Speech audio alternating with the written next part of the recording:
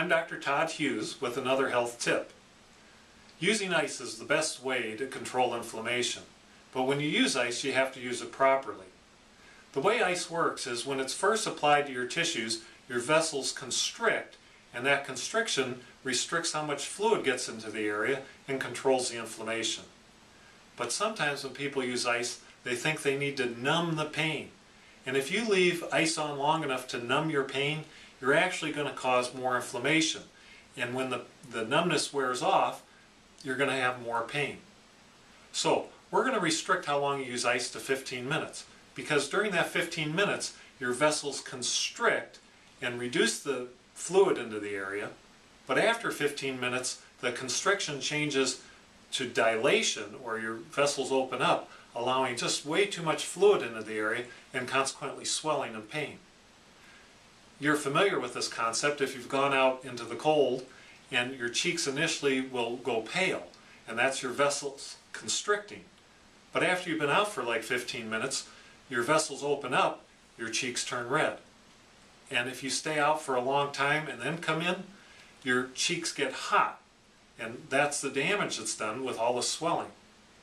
So we don't want to do that to your back. So we're only going to use ice for 15 minutes. Now, when we use ice, we never put ice directly on the skin. So instead we'll put a light cotton barrier here, like a dish towel.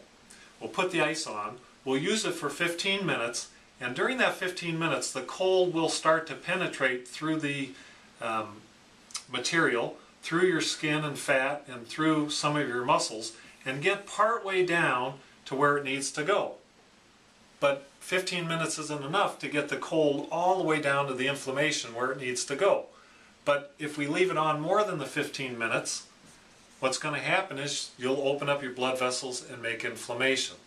So we're going to prevent that. Just only use ice for 15 minutes. Now, what we'll do is after a rest cycle of 45 minutes, we'll put the ice on again, and now the ice will cause this cold that was put in with the first application to go down deeper with the next application of 15 minutes. So an easy way for you to remember this is put the ice on the hour. Like at 9 o'clock, we'll use it till 9:15. The cold will go in part way. At 10 o'clock, we put it on a second time, and this cold is driven deep to the inflammation. And that's when you're going to get some relief. So the more times you can put a cycle of 2 on, the more inflammation will decrease. And if you do that multiple times, the inflammation gets under control and your pain will go away.